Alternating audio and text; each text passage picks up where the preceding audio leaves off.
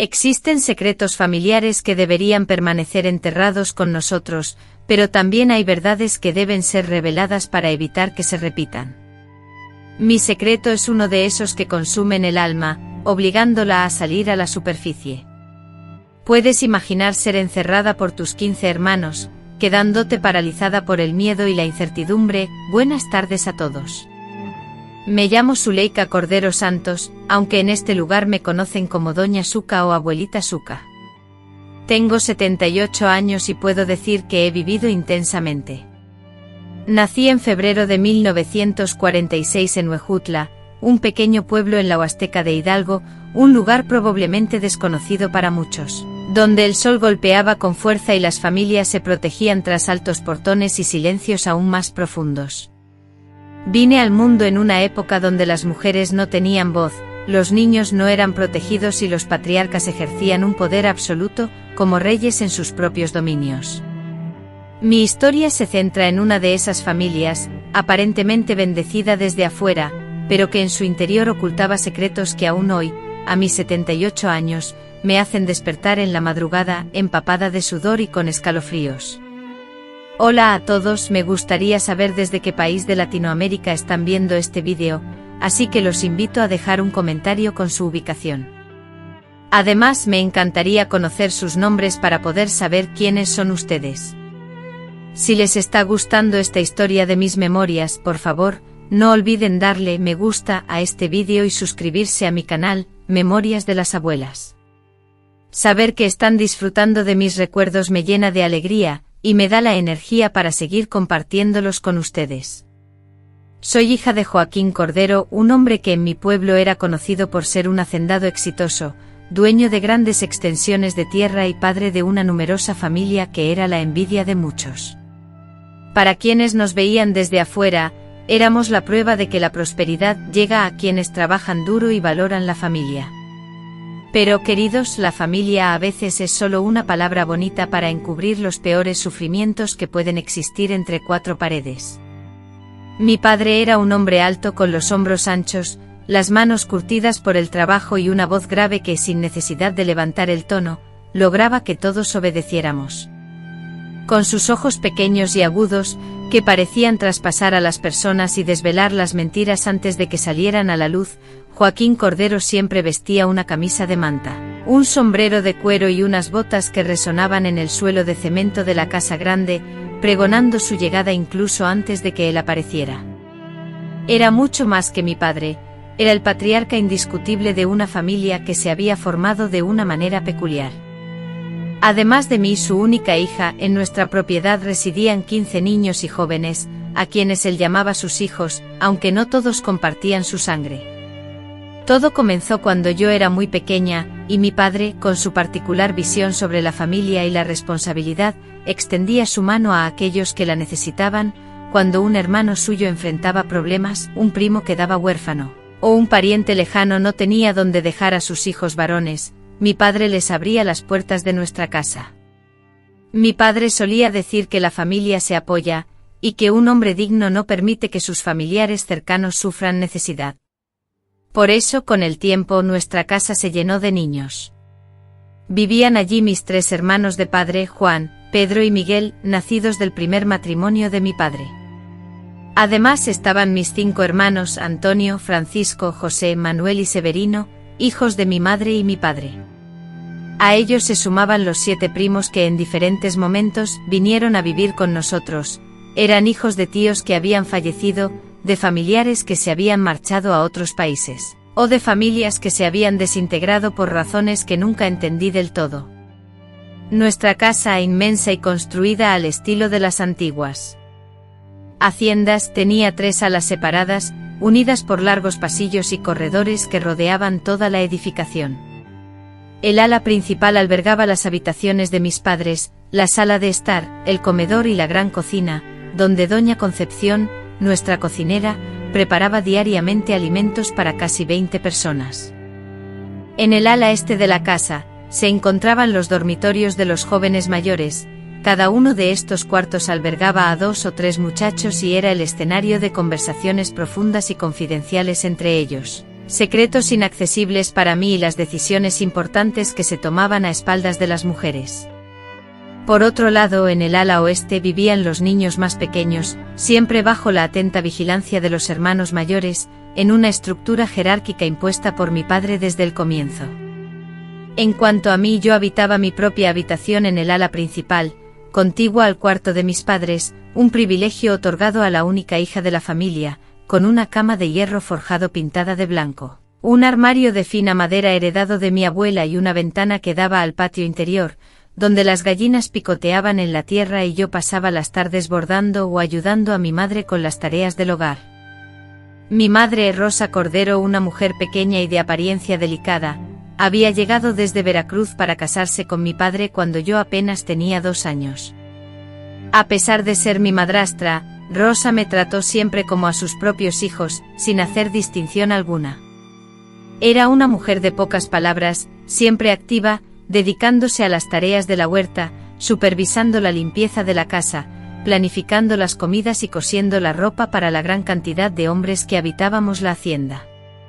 Sus manos, pequeñas pero fuertes, tenían el aroma inconfundible a jabón de coco y agua de lavanda, y solía acariciarme el cabello con cariño cuando, en las tardes silenciosas, me acercaba a ella. Mamá Rosa nunca hablaba de su pasado, ni contaba detalles de su vida antes de llegar a nuestra hacienda. Parecía haber nacido el día en que se casó con mi padre, borrando de su memoria cualquier recuerdo anterior. La vida en nuestra casa se regía como un reloj suizo, todo funcionaba a la perfección, cada uno conocía su función y nadie osaba cuestionar las reglas impuestas por mi padre. Cada día, sin falta, a las 5 de la mañana, el sonido de la campana que mi padre hacía sonar en el corredor nos despertaba a todos. Los muchachos, desde muy jóvenes, salían a trabajar en el campo, cuidaban el ganado, alimentaban a los cerdos, y se dedicaban a la siembra y el cultivo de maíz y frijol, alimentos que eran esenciales para la subsistencia de todas las personas que vivíamos allí. Mientras tanto, yo permanecía en casa con mi madre, aprendiendo las tareas propias de una mujer. Ayudaba a preparar el desayuno para casi 20 personas, una labor agotadora. Lavaba y planchaba la ropa de todos los hombres de la familia, cuidaba de las gallinas y regaba la huerta, un espacio de cultivo con verduras y hortalizas. Aunque era una vida difícil, en aquel entonces me parecía completamente normal, ya que no conocía otra forma de vivir. Desconocía la existencia de familias que vivieran de manera diferente a la nuestra. Mi padre era la autoridad absoluta y controlaba todo con mano de hierro.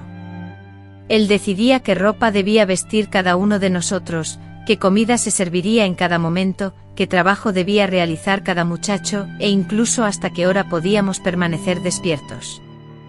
Nadie podía abandonar la propiedad sin su permiso expreso, nadie podía recibir visitas sin que él lo supiera, y nadie se atrevía a hablar demasiado alto ni a reírse en voz alta cuando él estaba cerca. Sin embargo, su dominio sobre mí era aún más profundo. No me era permitido tener conversaciones privadas con ninguno de los jóvenes. Ni siquiera podía ir al patio sin la compañía de mi madre. Tampoco podía usar vestidos que él considerara inapropiados, lo cual, en su opinión, incluía cualquier prenda que revelara los tobillos o no cubriera completamente el cuello. Una mujer decente no debe dar motivos para chismes, solía decir. Y mi hija será una mujer decente aunque tenga que romperle las piernas a cualquiera que se atreva a mirarla con malas intenciones. Los hombres jóvenes que vivían en la casa tenían diferentes edades. Juan y Pedro, los mayores, ya superaban los 20 años y colaboraban con mi padre en los asuntos más importantes de la hacienda. Eran hombres hechos y derechos con barbas tupidas y manos curtidas por el trabajo, a quienes mi padre trataba casi como socios menores. Incluso se les permitía ir al pueblo los sábados, con la condición de regresar antes del anochecer y de no traer consigo malas influencias a casa. Mis hermanos legítimos Miguel, Antonio y Francisco, junto con otros jóvenes de la familia, todos ellos con edades comprendidas entre los 15 y los 19 años, formaban el grupo de hermanos del medio. Eran los más bulliciosos y a menudo ponían a prueba la paciencia de mi padre, soñando con el día en que podrían abandonar la propiedad y explorar el mundo exterior. Sin embargo, también eran los más apegados a mi padre, los que más imitaban sus costumbres y compartían sus puntos de vista. Los más pequeños, que tenían entre 10 y 14 años, eran una combinación de primos huérfanos y mis hermanos menores. Vivían constantemente atemorizados, esforzándose por complacer a los mayores y temiendo cualquier error que pudiera acarrear una paliza o un castigo que se prolongara durante semanas. Mi padre no era hombre de largas explicaciones cuando alguien desobedecía, su disciplina se manifestaba en trabajo adicional, reducción de la comida o incluso en enérgicos azotes con el cinturón de cuero que siempre llevaba. Quien no aprende con la palabra aprende con el dolor, solía decir, y todos en aquella casa sabíamos que hablaba en serio.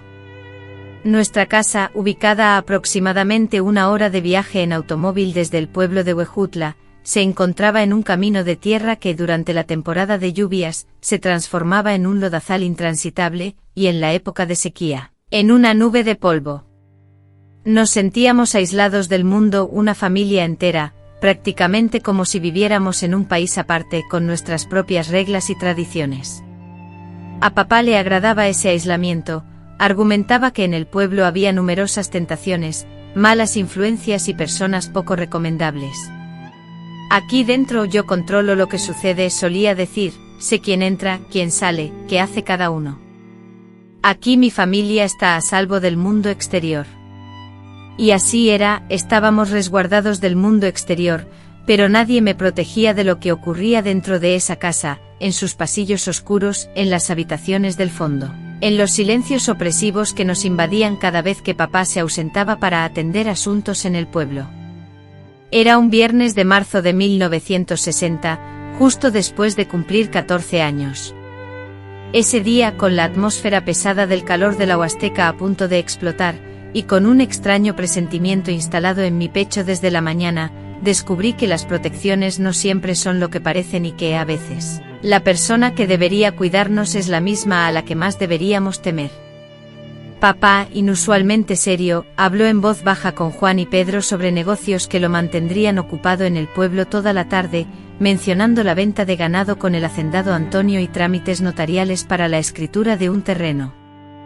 Los viernes mi padre acostumbraba a salir para encargarse de los asuntos comerciales de la semana, dejando a Juan a cargo de la propiedad.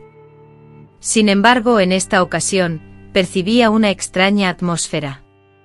La notaba en las miradas de los trabajadores, en su comportamiento durante el desayuno, como si supieran algo que yo ignoraba. Al finalizar la comida, mi padre se preparó con esmero, se puso su camisa blanca más elegante, sus pantalones de mezclilla nuevos y las botas de cuero que solo usaba para sus viajes al pueblo. Se peinó con gomina, se colocó el sombrero y salió al corredor, donde la camioneta Ford azul esperaba. «Juan, te dejo responsable de todo aquí», dijo mi padre, mientras ajustaba las llaves en su bolsillo. «Cualquier problema, tú lo resuelves.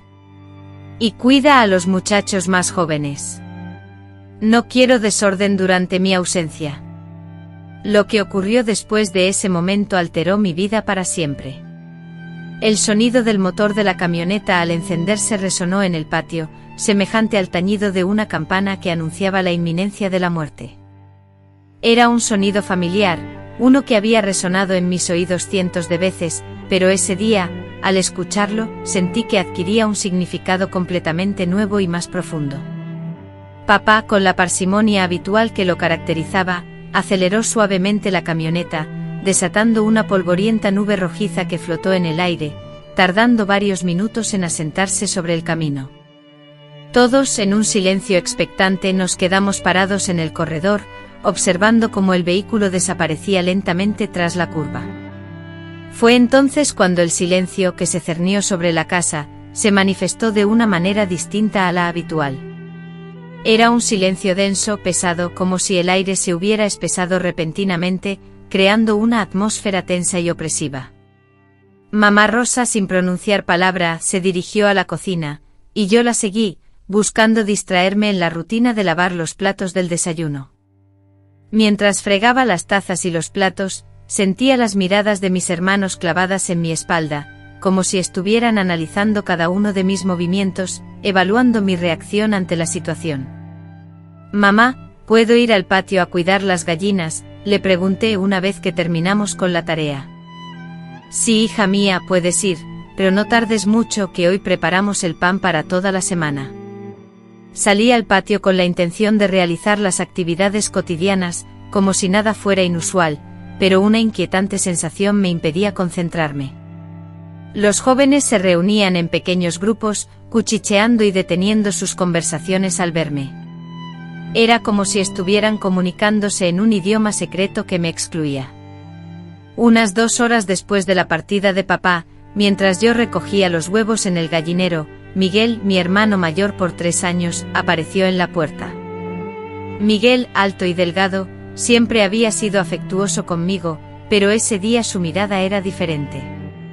Suka, necesito hablar contigo, dijo con una voz que nunca antes le había escuchado, baja, ligeramente rasposa, denotando nerviosismo. ¿Qué ocurre, Miguel? ¿Pasó algo? Luego, con una seriedad inusual, añadió, ven conmigo, hay algo que necesitas saber. La entonación de su voz me causó una profunda inquietud. Después de dejar la canasta llena de huevos en el suelo polvoriento del gallinero, justo en medio, comencé a alejarme, caminando en dirección contraria. De repente Miguel, con un tono que denotaba impaciencia, me interpeló, Suka, es increíble que aún no entiendas. Ya tienes 14 años, estás en la edad en la que deberías saber ciertas cosas sobre cómo deben comportarse las mujeres con los hombres de la familia. Sus palabras fueron como un choque, como si me hubieran arrojado un balde de agua helada. Empecé a correr desesperadamente hacia la casa, pero él, con su agilidad, fue más rápido. Me alcanzó y me tomó del brazo, no con brusquedad, sino con una firmeza que me hizo comprender que no tenía escapatoria. No tiene sentido que corras, Suka. Mamá Rosa está ocupada en la cocina y no te escuchará. Y aunque lo hiciera, ella sabe que esto es parte de tu educación. Aturdida y sin entender, le pregunté, ¿qué educación? ¿De qué estás hablando? Con una expresión seria respondió, lo entenderás cuando lleguemos. Luego me condujo de la mano, guiándome a través del patio interior, en dirección a la parte trasera de la casa, donde se encontraban los cuartos de los muchachos más jóvenes. Pero en lugar de entrar en cualquiera de las habitaciones, se detuvo ante una puerta que yo reconocía perfectamente, aunque rara vez se abría, el cuarto que mi padre utilizaba para guardar herramientas antiguas, algunos sacos de maíz y otras cosas que no tenían lugar en el almacén principal. Miguel, ¿por qué vamos al cuarto de herramientas?, pregunté. Porque ahí es donde las mujeres de nuestra familia aprenden a ser mujeres, respondió él. Miguel abrió la puerta y la imagen que se reveló me dejó sin aliento. El interior. Ya no era un depósito desorganizado, alguien había limpiado y ordenado el cuarto, colocado un colchón usado en el suelo y colgado una cortina en la pequeña ventana. Parecía un cuarto preparado para algo en específico. Entra, Azka. No, no quiero entrar. No es cuestión de querer, es cuestión de obedecer. En ese instante oí pasos acercándose por el pasillo detrás de nosotros. Me giré y vi a Juan caminando hacia nosotros, con una expresión en su rostro que jamás le había visto. Después de él, caminando en fila, vi a Pedro, seguido por Antonio y luego Francisco. Uno tras otro mis hermanos y primos comenzaron a aparecer, extendiéndose y formando una media luna alrededor de la puerta de la habitación. Juan, ¿qué está pasando?, pregunté sintiendo mi voz más frágil de lo que pretendía. Está pasando que vas a aprender cuál es tu posición en esta familia, Suka. Vas a aprender a servir a los hombres que te protegen, respondió él. No entiendo, repliqué confundida. No necesitas entender ahora, solo necesitas obedecer. Entonces Juan me empujó hacia adentro. No fue un empujón brusco, pero la fuerza aplicada fue suficiente para desequilibrarme, haciéndome tropezar y caer sentada en el borde del colchón. La puerta se cerró tras de mí con un golpe seco y resonante similar al de un disparo. Permanecí sentada en el colchón, temblando, intentando comprender lo que sucedía. Desde el exterior, llegaban voces apagadas, susurros, como si estuvieran coordinando algo. La situación me daba la impresión de que existía un plan que todos conocían, excepto yo. Después de lo que parecieron interminables minutos, la puerta se abrió de nuevo. Pedro, el segundo hermano mayor con 20 años, un cuerpo robusto y una naturaleza habitualmente silenciosa, entró en la habitación. Tras él, la puerta se cerró con un golpe seco. Siempre me había tratado con cariño como a una hermana pequeña, pero al cruzar su mirada con la mía, sentí un escalofrío. Sus ojos, ahora, reflejaban la frialdad de un desconocido. Con voz firme me ordenó: Suka, te quedas callada y haces todo lo que te diga, ¿entendido? Asustada, supliqué: Pedro, quiero irme de aquí.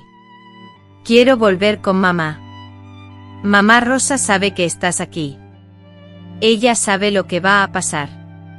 Su respuesta fue tajante: esto es parte de la educación de toda niña de esta familia.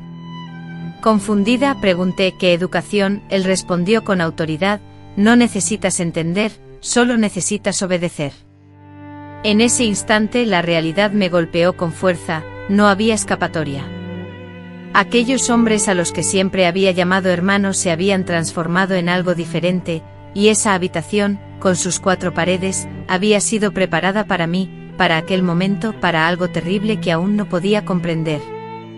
Mientras Pedro se acercaba lentamente, sentí el pánico y me acurruqué en la esquina del colchón, intentando hacerme lo más pequeña posible. Mi mente, en un torbellino de confusión, se esforzaba por comprender cómo había llegado a estar atrapada en esta pesadilla. La incredulidad me asaltaba: ¿cómo era posible que aquellos hombres que deberían haberme protegido se hubieran transformado en mis peores enemigos? Las palabras brotaron de mis labios en un hilo de súplica: por favor, Pedro, yo no hice nada malo. ¿Por qué me están haciendo esto? Su respuesta seca y directa resonó en el silencio: no has hecho nada malo. Simplemente has llegado a la edad adecuada. En ese instante se agachó, su mano fuerte y dominante apresó mi barbilla, obligándome a encarar su mirada. Ahora vas a aprender la primera lección sobre lo que significa ser mujer en esta familia. Vas a entender que nuestra palabra es ley, y que tu única función es servirnos. Intenté desesperadamente liberarme, intenté correr hacia la puerta en busca de auxilio, pero su fuerza me detuvo con facilidad. Era como intentar escapar del abrazo de una montaña.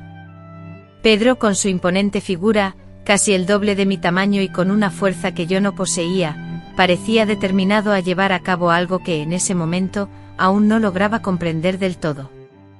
Cálmate, mi niña, susurró con una voz extrañamente suave, como si intentara tranquilizar a un animal asustado.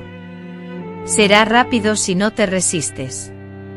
Si luchas, será mucho peor.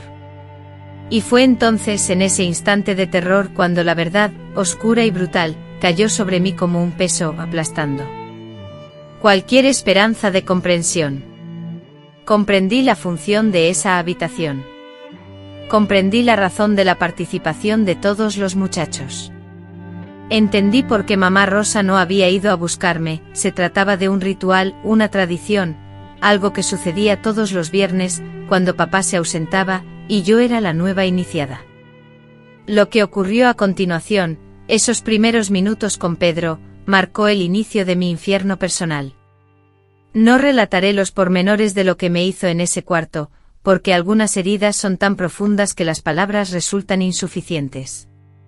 Pero cuando terminó, cuando se irguió y se ajustó la ropa como si nada hubiera ocurrido, la niña que había entrado allí ya no existía.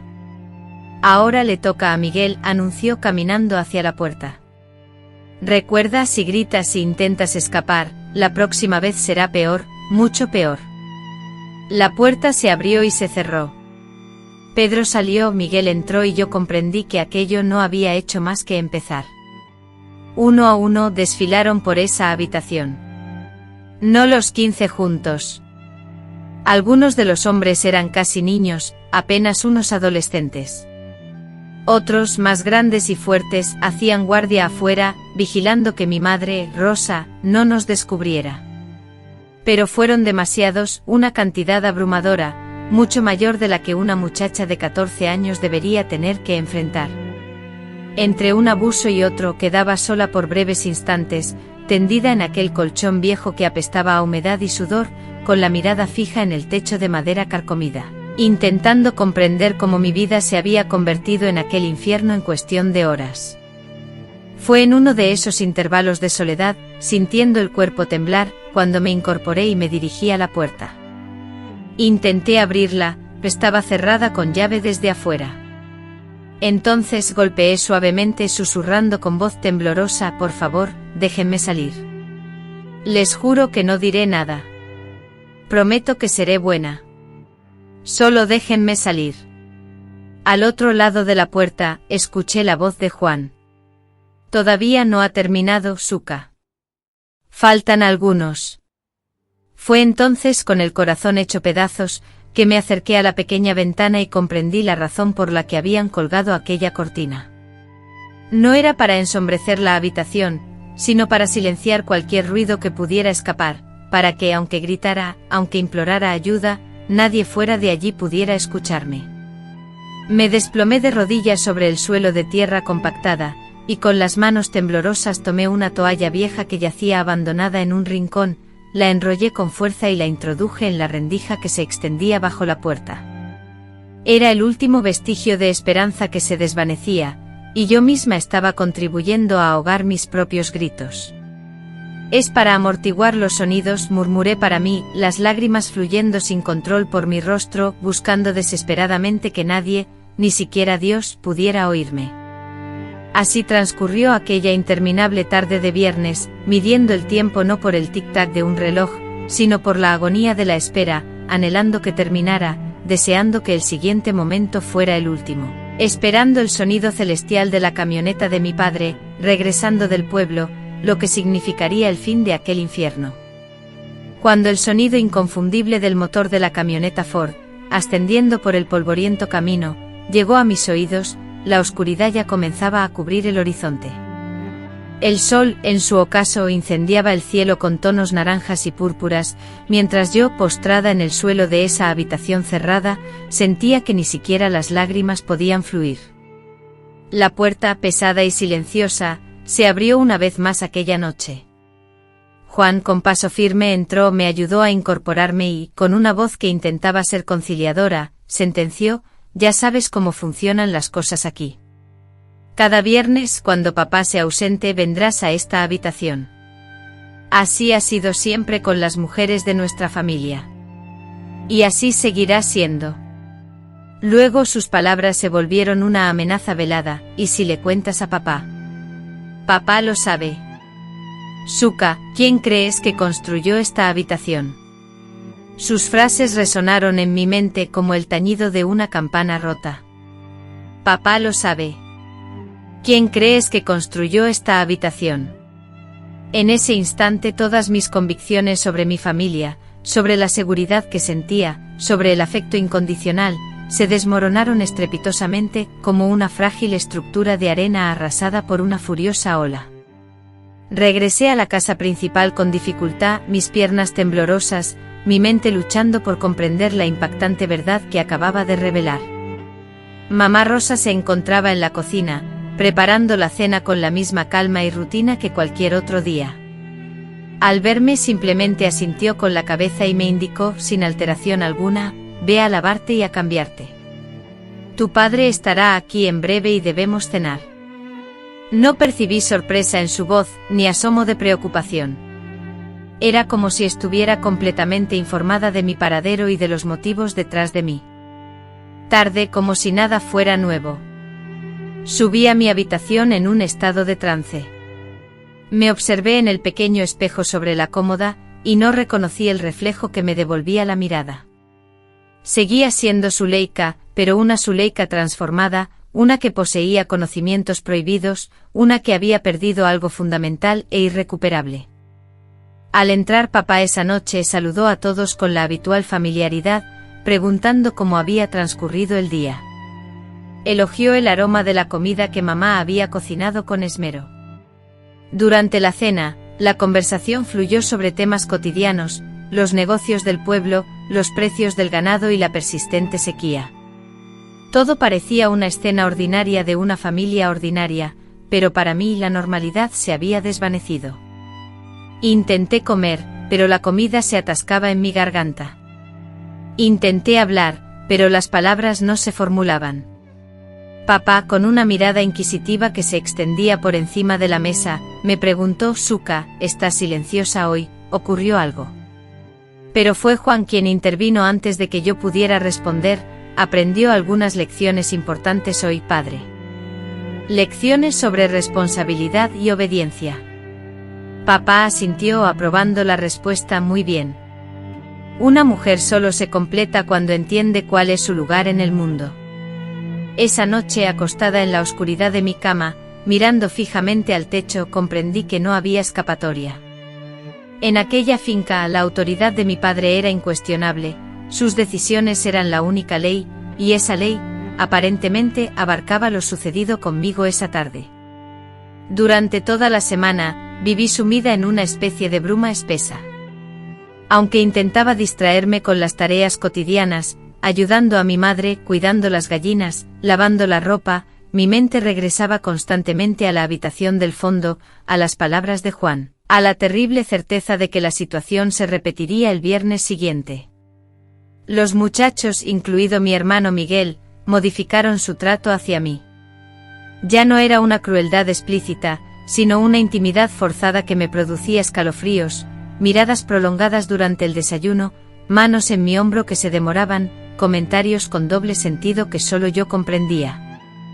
Miguel, mi propio hermano de sangre, comenzó a tratarme como si fuera su posesión, ordenándome que le llevara agua para lavarse, que le arreglara la cama, y hablándome con un tono de autoridad que jamás había empleado. Necesito que me peines, solicitaba con la naturalidad de quien espera un servicio básico. Ve a mi habitación y busca mi camisa limpia, por favor.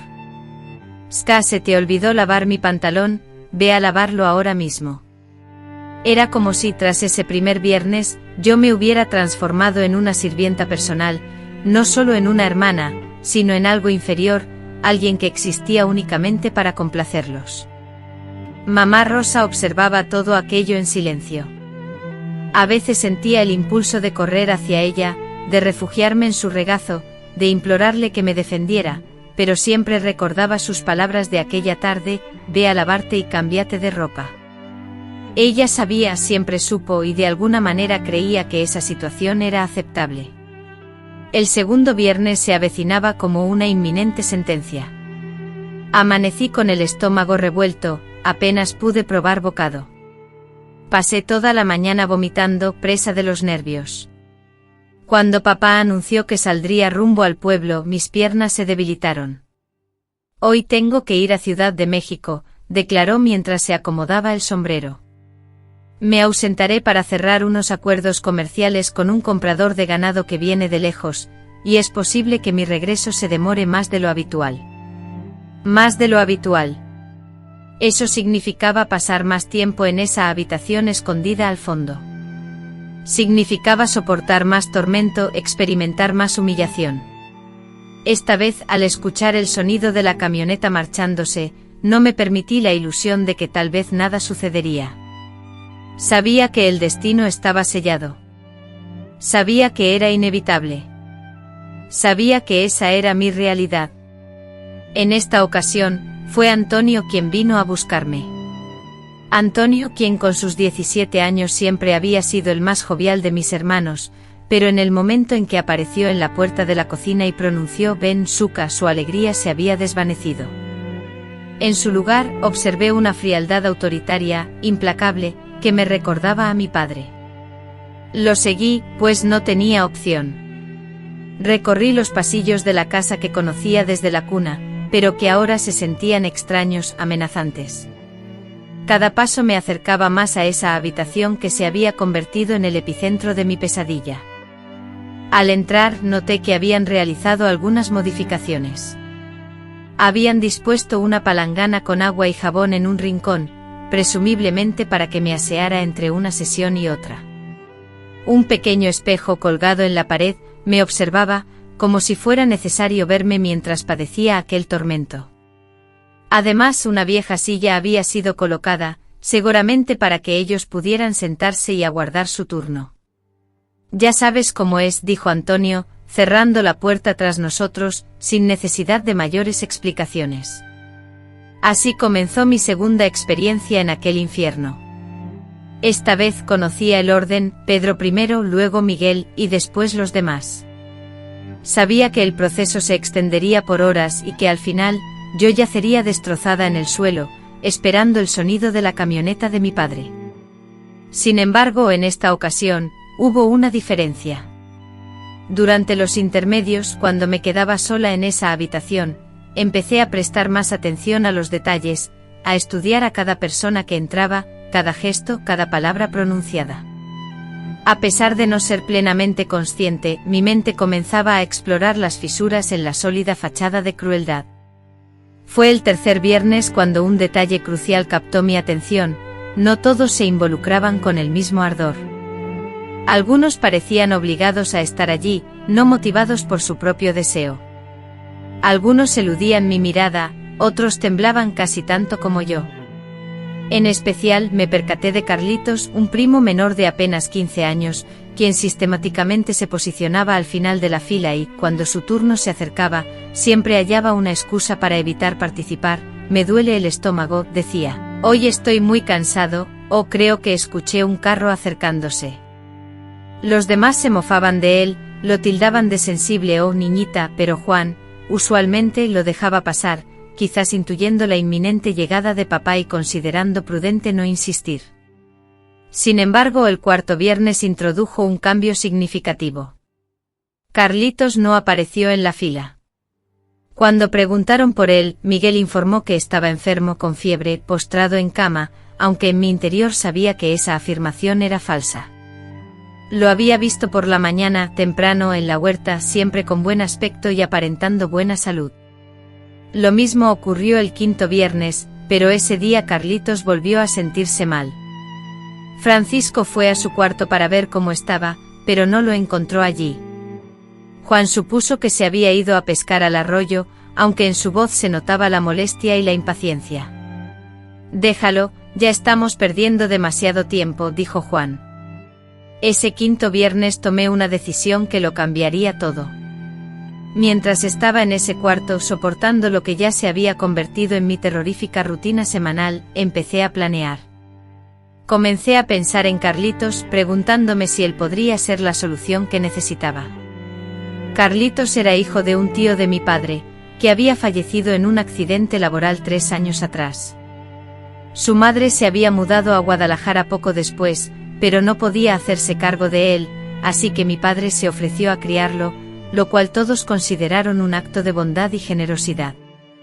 Pero comencé a cuestionarme si Carlitos compartía mi perspectiva, si para él esa casa era un refugio o una jaula, si se unía a esas costumbres por decisión propia o por temor, si, al igual que yo, anhelaba una vía de escape. Durante la semana siguiente intensifiqué mi observación de Carlitos.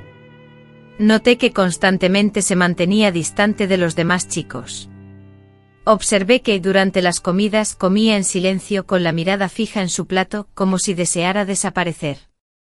Me percaté de que mientras los otros permanecían en el corredor por las noches, conversando y riendo, él se esfumaba. Una noche de jueves, descubrí su destino nocturno. Me desperté en plena madrugada con la necesidad de ir al baño y al pasar por la ventana del pasillo, vislumbré una pequeña sombra en el patio. Era Carlitos, solo, sentado bajo el gran aguacate, contemplando el cielo estrellado. Había algo en su posición que captó mi atención, algo que denotaba más que simple descanso tras una jornada. Era la expresión de una persona atormentada, alguien que se sentía desorientado, quizás buscando consuelo o respuestas en la inmensidad del cielo oscuro. El viernes siguiente, al escuchar a mi padre anunciar su viaje a Pachuca para solucionar asuntos relacionados con la documentación de unas propiedades, sentí la conocida opresión en el estómago. Sin embargo, esta vez, además del temor, algo más se gestaba en mi interior. Un plan, una idea comenzaba a tomar forma en mi mente. Cuando Juan llegó a buscarme como era habitual, lo acompañé sin oponerme. Por sexta vez entré en aquella habitación maldita. Me tendí en el colchón, ya familiar, y esperé. pero esta vez mi atención se centraba en la gente que entraba y salía. Pedro entró primero como siempre, seguido de Miguel, luego Antonio, uno tras otro entraban y salían, utilizándome como un simple objeto sin importar mis sentimientos, como si no fuera humano.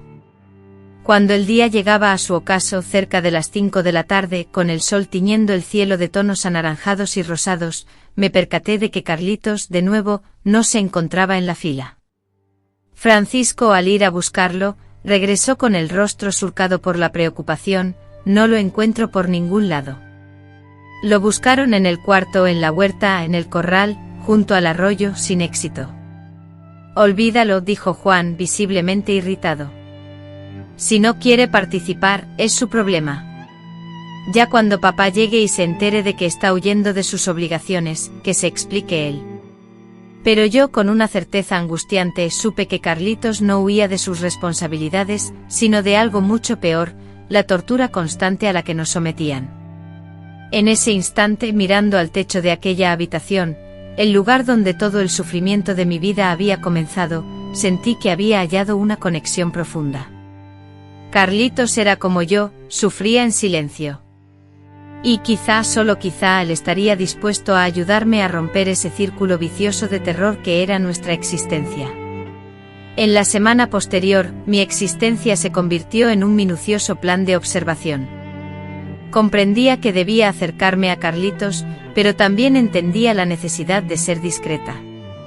Cualquier error, cualquier conversación que despertara sospechas, podría alertar a Juan u otro miembro del grupo, empeorando mi situación. Así continué cumpliendo con mis responsabilidades diarias: ayudar a mamá Rosa en la cocina, atender a las gallinas, lavar la ropa. Sin embargo, cada tarea ahora tenía un doble propósito. Al ir a buscar leña al patio trasero, buscaba también a Carlitos. Mientras tendía la ropa en el tendedero, vigilaba sus movimientos. Al servir las comidas, me fijaba en su comportamiento con los demás. Lo que descubrí fue impactante. Carlitos era marginado por los otros chicos. No era una crueldad manifiesta, sino un desprecio sutil que empecé a identificar. Durante las comidas, siempre le daban el peor trozo de carne, la silla más incómoda.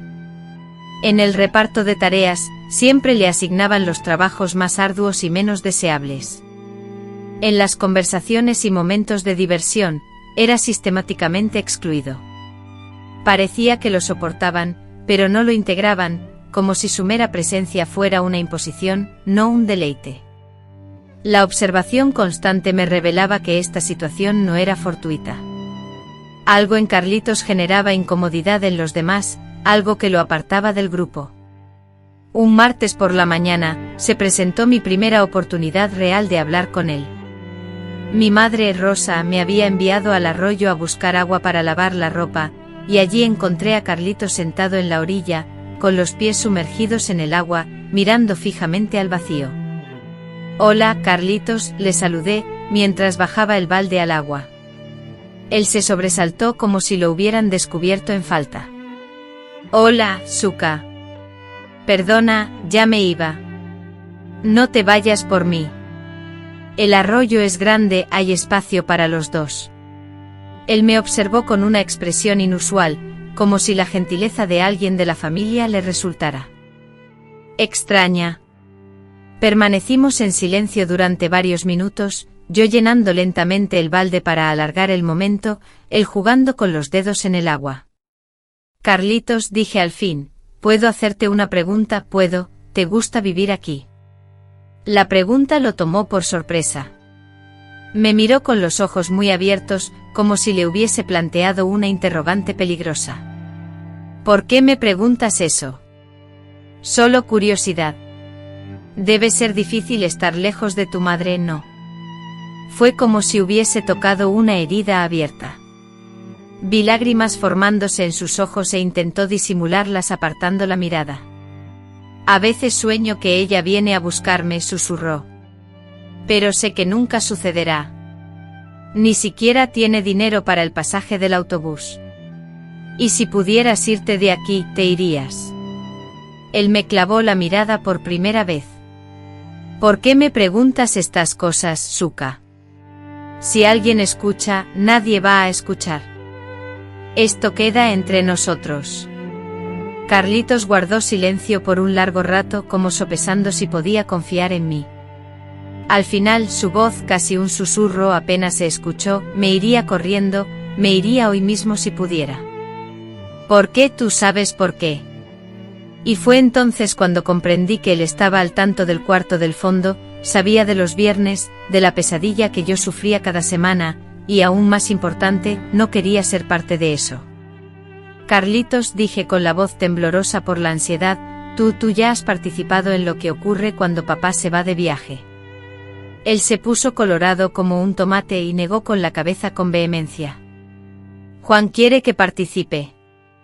Dice que es parte de ser hombre en esta familia, pero yo no puedo. No está bien, Suka. No está bien lo que te hacen. Sentí una oleada de alivio tan intensa que casi me desplomo allí mismo, a la orilla del arroyo. Había encontrado a alguien que compartía mi visión, alguien que reconocía la maldad de la situación. Alguien podría ser de ayuda, quizá. Y dime, ¿qué haces cuando te ordenan ir allá? Me escondo, simulo estar enfermo, huyo al campo. Hago cualquier cosa para no tener que hacerlo, para no tener que ir contigo. Y no se enfadan, sí. Juan me advirtió que si sigo negándome, le dirá a tu padre que soy un cobarde, un inútil. Dijo que tu padre puede despedirme. ¿Y temes ser despedido? Temo y no temo. Temo porque no sé a dónde ir, pero también a veces pienso que sería mejor estar en cualquier lugar que no fuera este.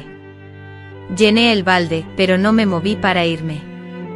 Sabía que esa conversación era demasiado importante para interrumpirla. Carlitos, si te confío algo, prometes no revelarlo a nadie, lo prometo. Estoy buscando una manera de salir de esta situación, pero no puedo hacerlo sola. Necesito que alguien me ayude. Él me observó con una combinación de esperanza y temor. ¿Qué tipo de ayuda? Todavía no tengo claro los detalles, pero intuyo que debe ser alguien de la familia, alguien que entienda el funcionamiento interno, alguien de confianza para ellos, pero que a la vez discrepe con lo que está sucediendo. ¿Te refieres a mí? Efectivamente. Carlitos se quedó en silencio durante un buen rato, jugando nerviosamente con sus manos. Noté que estaba debatiéndose internamente, evaluando los peligros, tratando de decidir si podía confiar en mí. Si descubren que hablamos de esto, dijo finalmente, no lo van a descubrir. Seremos cautelosos. ¿Y qué quieres que haga? Por ahora nada. Solo necesito saber si cuento contigo cuando llegue el momento. Si cuando tenga un plan, vas a ayudarme a llevarlo a cabo. ¿Y cuál sería ese plan? Aún no lo sé, pero tiene que ser algo que revele lo que están haciendo, algo que obligue a papá a detener esto. Tu padre sabe lo que pasa, Suka. Él ordenó construir esa habitación. Lo sé, pero una cosa es que sepa y lo consienta en secreto. El asunto se complica si esto se divulga, si otros vecinos se enteran. A papá le importa mucho su imagen. Carlitos asintió lentamente, comprendiendo. Es cierto. Se enfadaría mucho si alguien ajeno a la familia lo supiera. Entonces me ayudarás. Él respiró profundamente, como si estuviera tomando la decisión más crucial de su vida. Te ayudaré. No soporto más vivir así. No soporto más saber que estás sufriendo y no hago nada para ayudarte. Levanté el pesado balde de agua y emprendí el camino de regreso a casa. Pero antes de alejarme del arroyo, me giré hacia él por última vez. Carlitos, a partir de ahora, tendremos que aparentar ser solo primos normales. No podemos dar ninguna pista de que somos cómplices. De acuerdo. De acuerdo. Pero, ¿cómo nos comunicaremos? Déjamelo a mí. Ya idearé un plan. En los días siguientes, Carlitos y yo establecimos un método de comunicación secreto. Cuando necesitaba hablar con él, dejaba una pequeña piedra en el alféizar de la ventana de la cocina. Cuando él observaba la piedra ubicada cerca del sendero, entendía que debía reunirse conmigo en el arroyo, a escondidas, después de que la familia terminara de cenar. Si deseaba comunicarse conmigo para hablar, ataba una pequeña hoja de hierba a uno de los postes de la cerca del gallinero, un gesto discreto y sutil. Aunque era una forma arriesgada de comunicarse, siempre funcionaba. En esas charlas secretas, comenzamos a concebir un plan. Al principio eran simples ideas vagas, meros pensamientos sobre cómo revelar lo que estaba ocurriendo, pero gradualmente esas ideas se fueron definiendo, tomando forma y haciéndose más factibles. La inspiración surgió un jueves por la noche, cuando mi padre regresó a casa con una noticia. Había adquirido una grabadora portátil, de las que funcionaban con pilas, para utilizarla en sus negocios. Su intención era grabar las conversaciones importantes que sostenía en la ciudad, con el fin de no olvidar los detalles clave de cada una. Es la tecnología moderna que llega a la sierra, afirmó, mostrando orgulloso el pequeño aparato a toda la familia. Con esto, ya no se me escapará ningún detalle relevante de mis negociaciones. Al ver aquella grabadora, la reconocí de inmediato, ahí estaba la clave de nuestro plan. Era pequeña, lo suficiente como para ser escondida sin problemas, silenciosa, para no despertar sospechas, y potente, capaz de grabar las voces con nitidez. Esa noche, dejé la piedra en el alféizar de la ventana. Al encontrar a Carlitos junto al arroyo, notó en mi rostro que algo había cambiado. «Tengo un plan», le dije apenas conteniendo la emoción, «un plan que podría funcionar». Le hablé de la grabadora, de cómo podríamos usarla para grabar lo que sucedía en la habitación del fondo. Si lográbamos una grabación clara de las voces, de las órdenes, de los sonidos, tendríamos una prueba innegable de lo que estaba ocurriendo. «¿Y después de tener la grabación?», preguntó.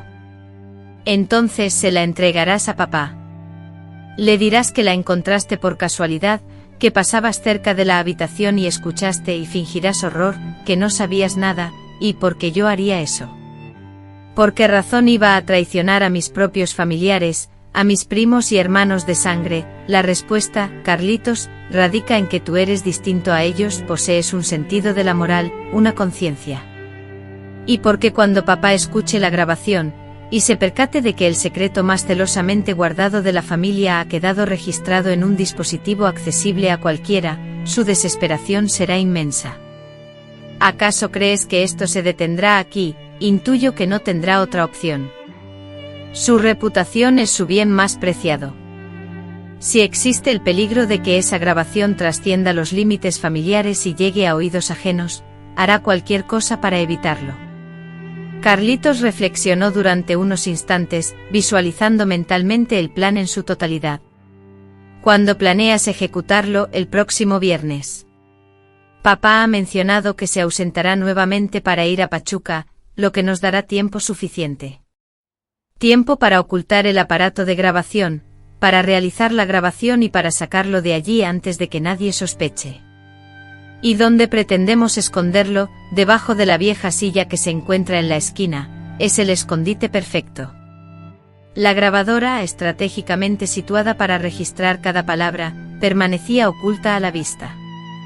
Si la descubrían accidentalmente durante la grabación, no la reconocerían, pues la atención de todos se centraba en sus acciones, además de la penumbra habitual. Tras la conversación, cada uno asumiría su papel. Carlitos se encargaría de tomar prestada la grabadora sin que papá lo notara, yo la escondería en el momento preciso, y finalmente Carlitos le entregaría la grabación a papá, simulando un hallazgo fortuito. Era un plan peligroso con múltiples factores de riesgo, pero representaba la única posibilidad de romper el ciclo de sufrimiento que había marcado mi vida en los últimos meses. Era la única oportunidad de convertir a uno de los opresores en un aliado, aprovechando la propia jerarquía familiar para desmantelar el sistema que me mantenía cautivo. El viernes, justo una semana después, cuando mi padre anunció que viajaría a Pachuca, una extraña combinación de miedo y esperanza me invadió.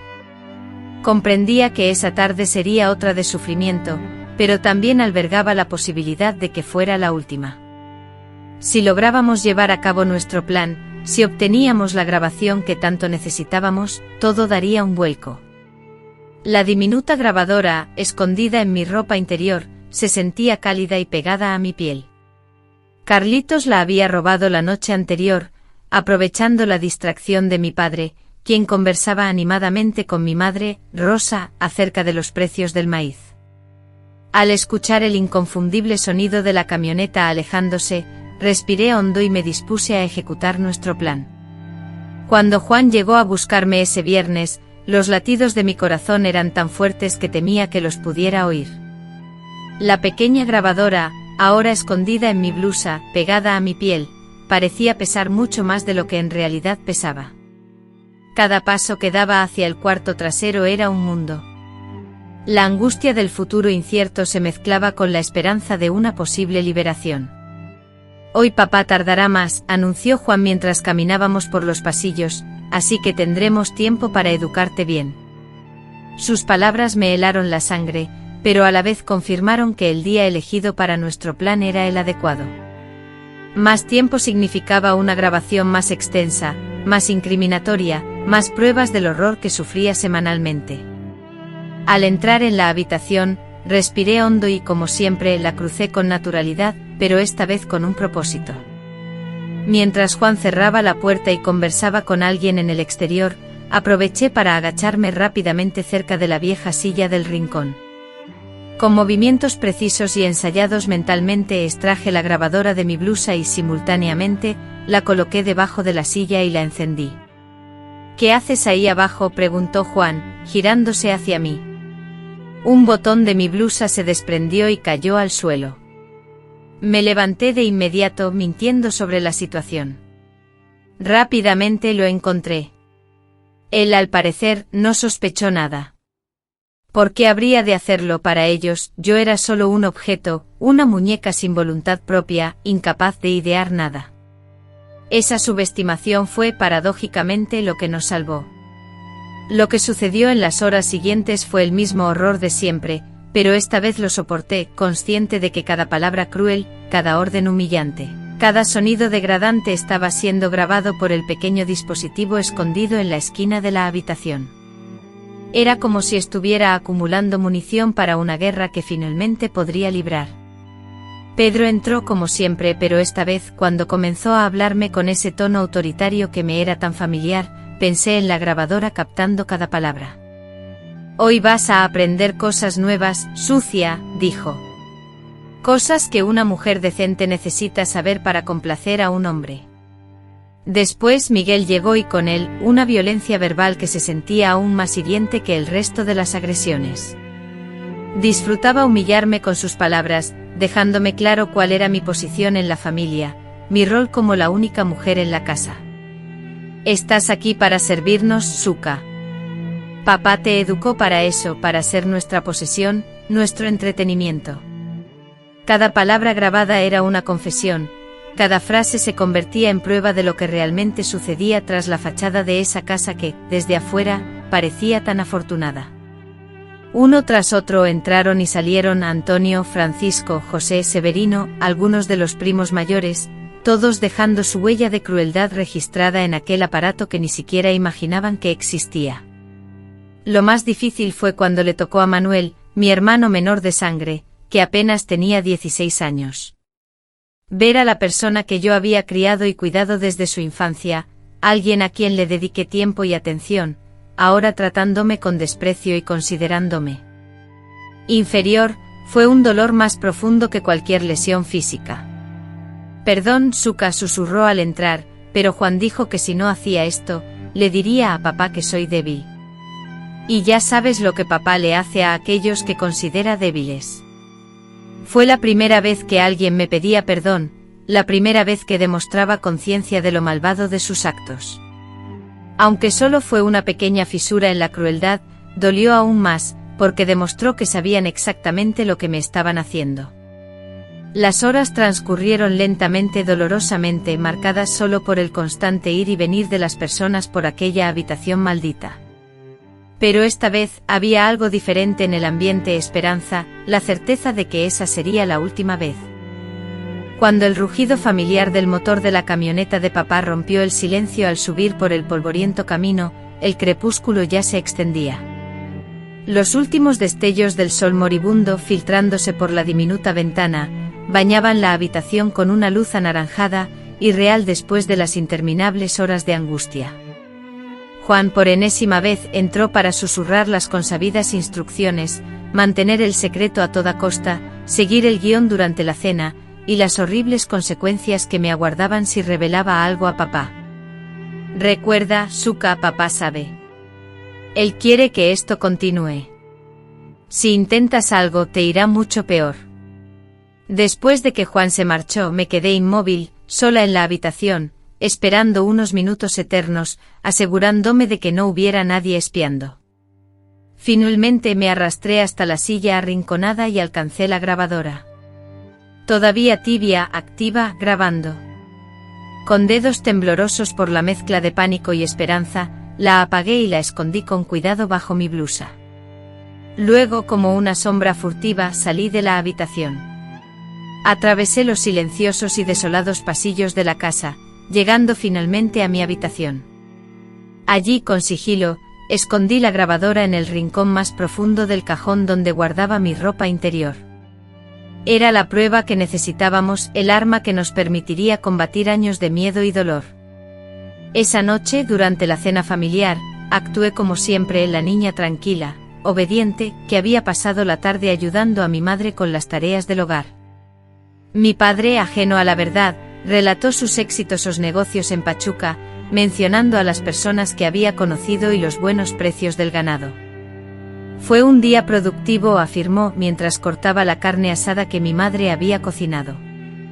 Cerré negocios importantes, hice nuevos contactos.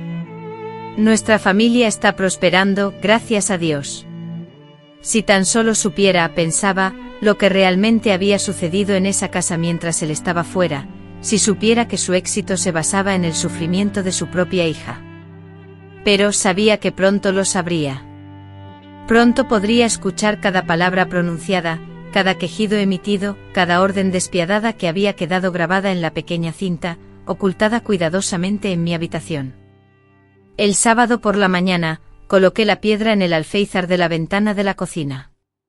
Después del almuerzo, al encontrar a Carlitos junto al arroyo, percibió de inmediato en mi expresión que el plan había resultado exitoso.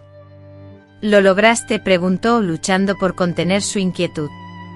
Lo logré. Está todo grabado.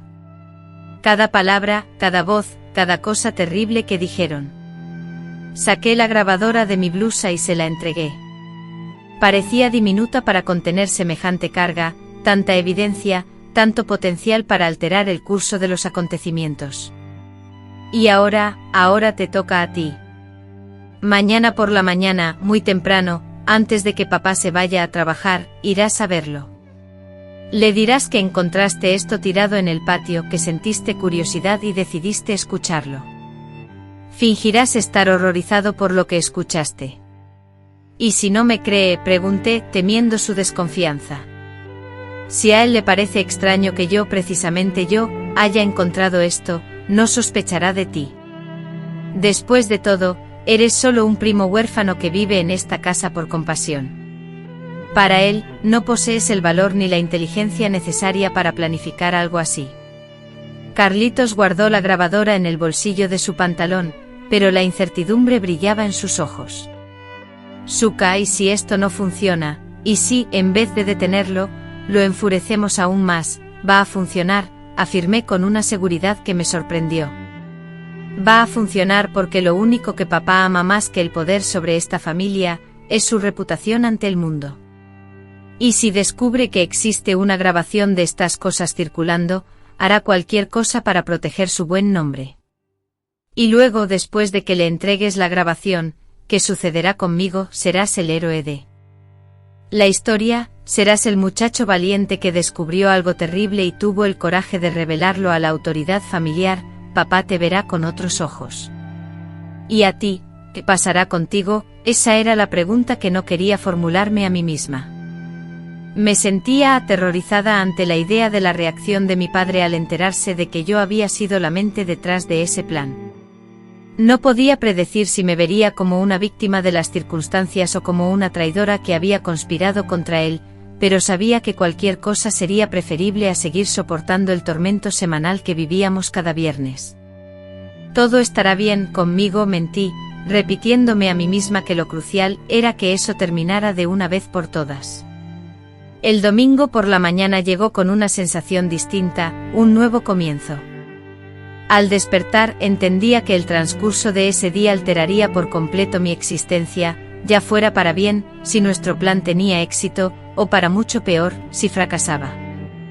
Durante el desayuno observé a Carlitos con disimulo. Se notaba su nerviosismo en la forma en que jugueteaba con la comida, evitando el contacto visual con cualquiera de nosotros. Sin embargo, cuando nuestras miradas se cruzaron brevemente, pude vislumbrar determinación en sus ojos. Estaba dispuesto a cumplir su parte del trato.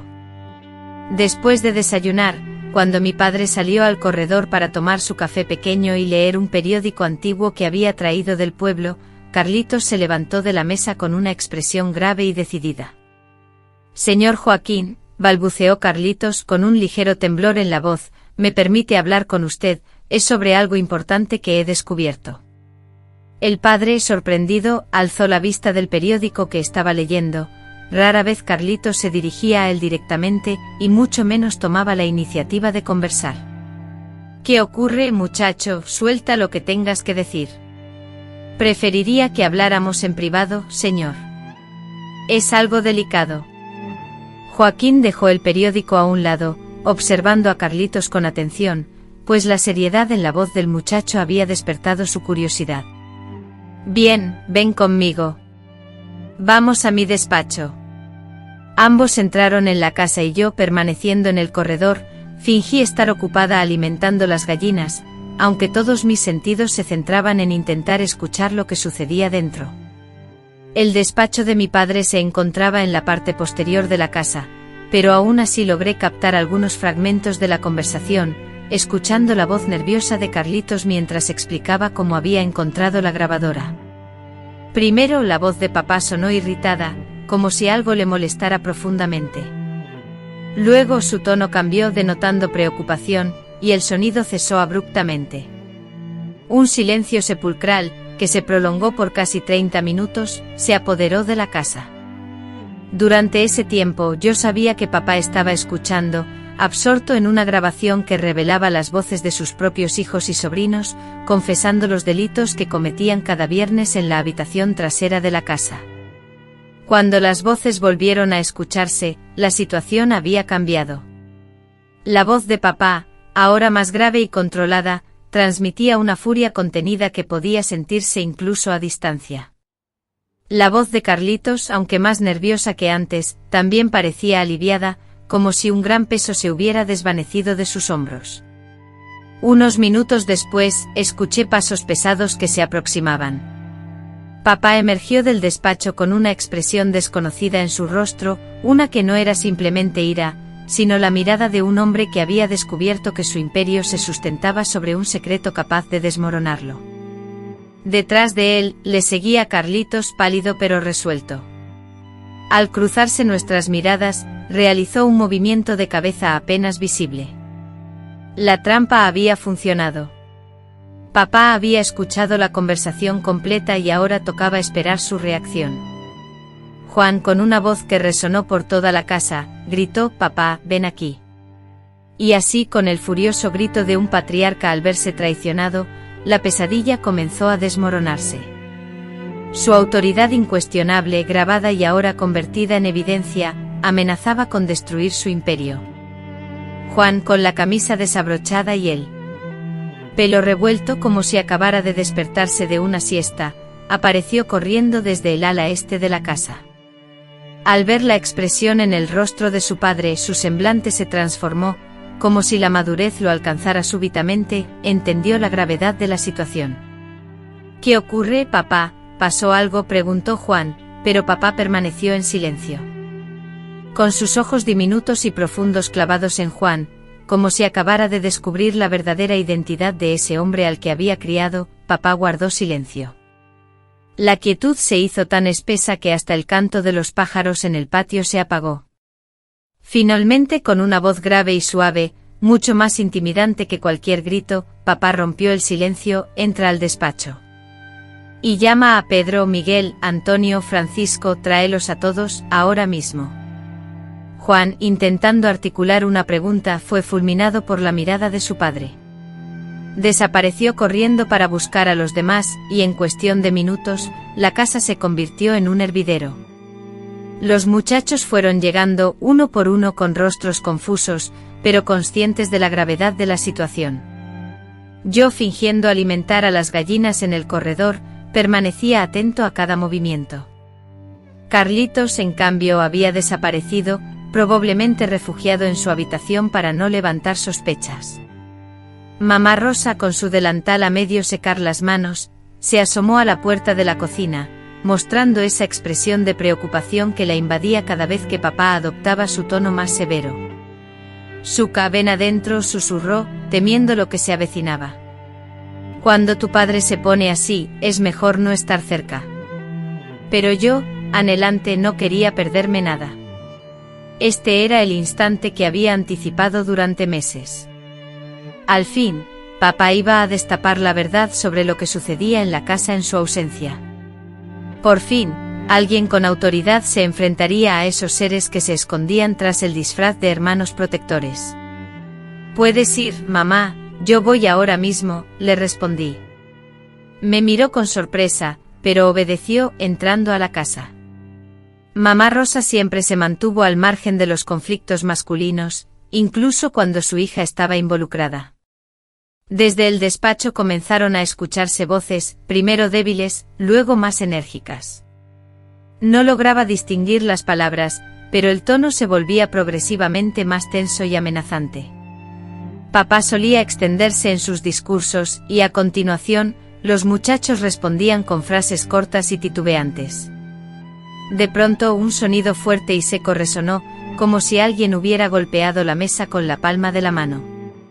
Inmediatamente después, el grito más estridente que había escuchado a mi padre en toda mi vida rompió el silencio. Mentirosos, todos ustedes, mentirosos y canallas. El silencio que le siguió fue incluso más aterrador que el grito. La casa entera parecía contener la respiración, expectante. Entonces la discusión estalló en toda su crudeza, las voces se alzaron, la gente hablaba al mismo tiempo, papá vociferaba órdenes confusas para mí. Escuché mi nombre repetidas veces, precedido siempre por insultos y acusaciones, lo que me hizo comprender que habían sido descubiertos. La puerta del despacho se abrió de golpe, golpeando la pared con fuerza. Juan fue el primero en salir, con el rostro enrojecido y los ojos llenos de temor. Detrás de él, Pedro y Miguel avanzaron, ambos con rostros que reflejaban la humillación de una severa bronca, no física, sino una que había usado palabras filosas, capaces de herir más que cualquier castigo corporal. En la puerta del despacho apareció papá, con la grabadora en la mano como si fuera un arma amenazante. Su voz, amplificada, retumbó por toda la casa. Ahora van a saber las consecuencias de deshonrar el nombre de esta familia. Lo que ocurrió después fue algo que nunca había presenciado. Papá, el hombre que siempre había gobernado con calma y autoridad silenciosa, estalló en una furia incontrolable, pero no fue una rabieta impulsiva, sino una ira meticulosamente orquestada, planeada y destructiva. Ordenó que todos los muchachos se reunieran en el patio central. Uno por uno los 15 hermanos se presentaron, incluyendo a Carlitos, que salió de su habitación fingiendo no entender la situación. Mamá Rosa y yo nos quedamos en el corredor, observando a la distancia, aunque papá se aseguró de que estuviéramos presentes para presenciarlo todo. Suca, acércate, ordenó, indicando un espacio junto a él. Vas a ser testigo de esto. Al acercarme observé que papá temblaba, no por temor, sino por una ira tan intensa que sacudía su cuerpo, haciéndolo vibrar como una cuerda de guitarra. Alzó la grabadora, mostrándola a todos. ¿Saben qué hay aquí adentro?, preguntó con la voz grave, pero afilada como una cuchilla. Están sus voces. Cada palabra ofensiva que salió de sus bocas está grabada aquí. Es la prueba de que mis propios hijos se transformaron en bestias, sin mi consentimiento. Juan intentó balbucear algo, pero papá lo interrumpió con una mirada fulminante. Cállate, hablarás cuando te lo ordene. Papá comenzó a caminar de un lado a otro frente a aquellos hombres, como un general que inspecciona a soldados culpables de traición. Cada paso suyo retumbaba en el suelo de cemento como el anuncio de una ejecución. ¿Acaso pensaron que yo era idiota?, inquirió.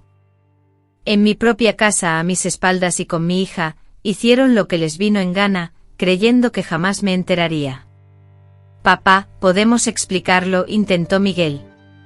Explicar qué, rugió mi padre con una voz tan potente que los perros del vecindario empezaron a ladrar. Vas a explicar cómo mancillaron a mi hija, no pudo terminar la frase. Por un instante creí que iba a romper a llorar, pero en lugar de lágrimas, brotó una furia implacable. Han deshonrado a esta familia, dijo ahora hablando en voz baja, lo cual resultaba aún más aterrador. Han manchado mi nombre, el de nuestros antepasados, y lo peor de todo, lo hicieron a mis espaldas como viles criminales. Fue entonces cuando comprendí la verdadera raíz del problema para mi padre. No era el daño que me habían hecho, sino el hecho de haber actuado sin su permiso. Era la desobediencia, no el crimen en sí mismo, era la falta de respeto a su autoridad, no mi dolor. Juan, señalando a su hijo mayor, le dijo en mi ausencia, tú como el hijo mayor, eras responsable de esta casa. Era tu deber mantener el orden y la decencia. Y en lugar de eso fuiste tú quien orquestó todo esto. Juan intentó defenderse replicando, papá, creí que usted sabía que era normal. ¿Normal?, preguntó el padre acercándose 2 pasos a Juan, quien retrocedió pareciendo un niño de 5 años. Normal es respetar las reglas de la casa. Normal es pedir permiso. Normal es mantener la dignidad de la familia. Luego el padre se dirigió a todos los presentes y anunció con voz firme, algo que lo cambiaría todo, a partir de hoy, las cosas serán muy diferentes en esta casa. Comenzó con castigos inmediatos. Juan perdió todos sus privilegios como hijo mayor, incluyendo las salidas al pueblo los sábados, la autoridad para tomar decisiones sobre la hacienda y el derecho a dar órdenes. Pedro sufrió el mismo castigo.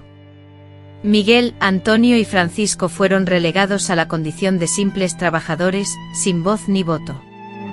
Trabajarán desde el amanecer hasta el anochecer, sentenció papá. Comerán después de todos los demás. Dormirán en el suelo si fuera necesario. Aprenderán lo que es el respeto a la fuerza, pero el castigo más severo estaba por venir. Y una cosa más. Nunca más le dirigirán la palabra a Suka.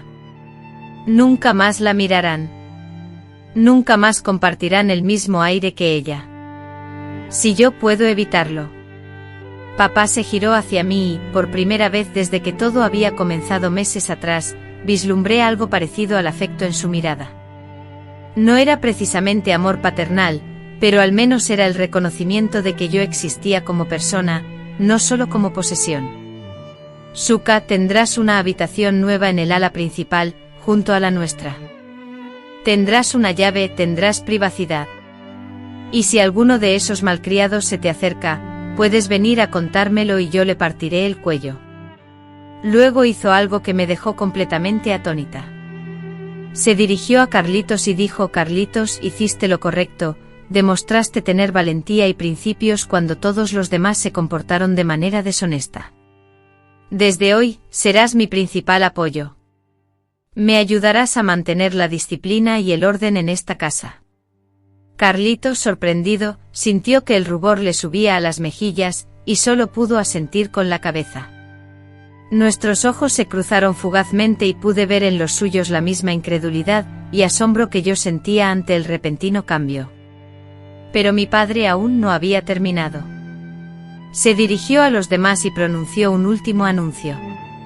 Y para que nunca olviden las consecuencias de desobedecer las reglas de esta casa, dijo, y se dirigió hacia la habitación del fondo. Esa habitación, la que había sido el epicentro de mis pesadillas durante meses, y de la que regresó con una lata de queroseno. Van a quemar esta habitación, anunció. Van a quemar todo lo que hay dentro, el colchón, la silla, todo. Y después demolerán las paredes hasta reducirlas a escombros. Presenciar la destrucción de la habitación fue como ver mi propia pesadilla consumida por las llamas. Las voraces llamas danzaban sobre las paredes, devorando el lugar donde tantos sufrimientos y terrores me atormentaron, consumiendo cada recuerdo amargo, cada instante de pánico. Cuando todo se redujo a cenizas, sentí una extraña liberación, como si una parte esencial de mi ser hubiera sido finalmente liberada. Sin embargo, mi padre aún no había concluido los cambios. En los días posteriores, transformó por completo la estructura de poder en la casa. Los muchachos implicados en lo que él denominó una conspiración contra la familia, fueron destituidos de sus cargos. En contraste, algunos primos menores inocentes por su corta edad, fueron ascendidos a puestos de mayor responsabilidad. La atmósfera familiar se alteró radicalmente. Durante las comidas reinaba un silencio tenso y opresivo.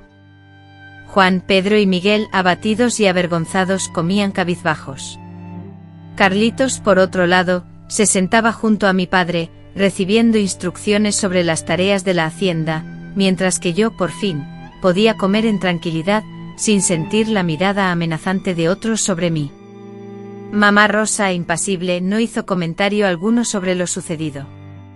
Parecía que ella se había despertado un día para descubrir que las normas familiares, que antes conocía, habían sido reemplazadas por otras totalmente diferentes, y simplemente aceptó esta nueva situación.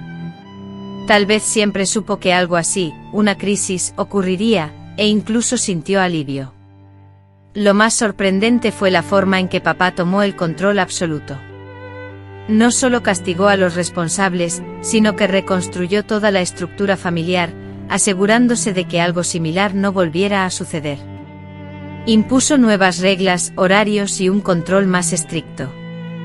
Era como si se hubiera dado cuenta de que por su ausencia, su autoridad estuvo a punto de desmoronarse, y ahora se negaba a salir de casa sin estar absolutamente seguro de tener todo bajo control.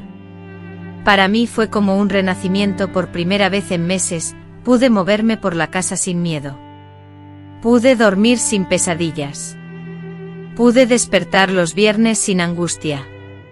El sonido de la camioneta de papá, que antes era el presagio de mi tormento, ya no lo era. El ruido de un coche alejándose fue lo único que escuché. Carlitos, mi protector silencioso, se había transformado. Aunque nunca hablamos abiertamente de lo que habíamos hecho juntos, existía un vínculo tácito entre nosotros. Él había arriesgado todo para ayudarme y eso había transformado no solo mi vida, sino también la suya. De primo huérfano y marginado, pasó a ser la persona de confianza de mi padre, el nuevo encargado del orden en la casa. Años después, cuando me casé y dejé la hacienda, mi padre ya no permitió que tantos hombres residieran allí. Carlitos me contó que mi padre se había vuelto más estricto con todos, mucho más presente y controlador. Parecía que había aprendido que delegar la autoridad era demasiado peligroso. Juan, Pedro y Miguel nunca se recuperaron por completo de la humillación sufrida.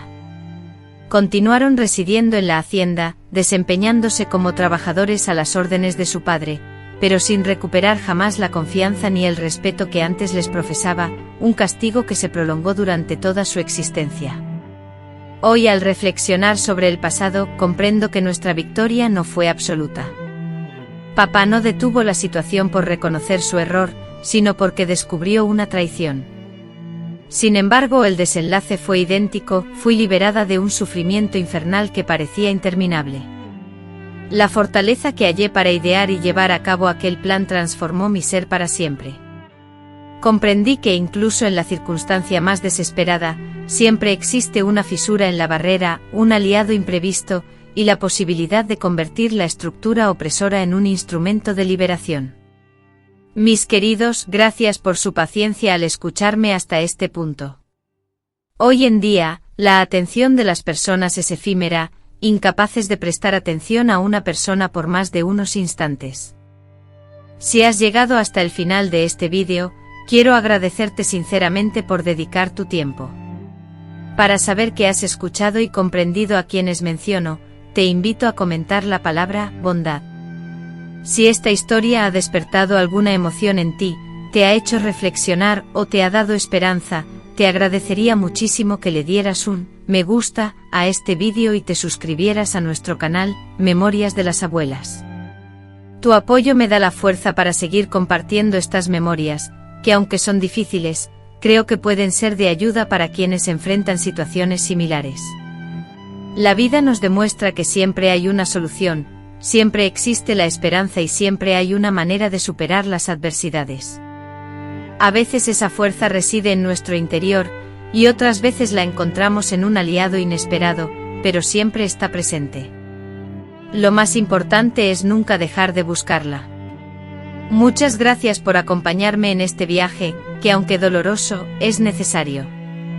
Recuerda siempre, eres más fuerte de lo que crees. A pesar de lo sombrío que pueda parecer el panorama, siempre hay una esperanza, una luz al final del camino que los espera para conducirlos a la liberación.